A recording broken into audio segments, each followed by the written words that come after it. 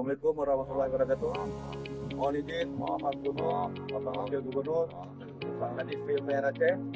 Hari ini tanggal 1 Desember 2023 pukul 15.30 tepat di STA untuk 4500 ruas jalan Lantegren Komra Batas Aceh Barat Daya telah dilakukan pembersihan longsoran berupa kayu dan bebatuan dengan alat berat jenis backhoe loader dan dibantu oleh warga sekitar untuk memotong kayu-kayu yang ada di daerah longsoran.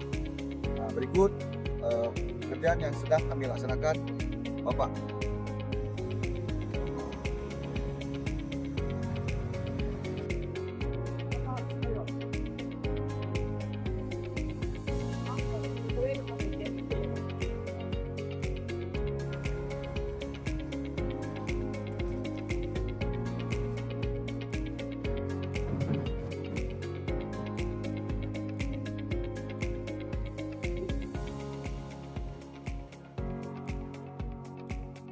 Izin Bapak, pekerjaan mungkin selesai 3 atau 4 jam kemudian. Nanti akan segera kami laporkan kembali apabila sudah fungsional dan lalu lintas jalan untuk pengguna roda 4 dan roda 2 kembali lancar. Terima kasih Bapak.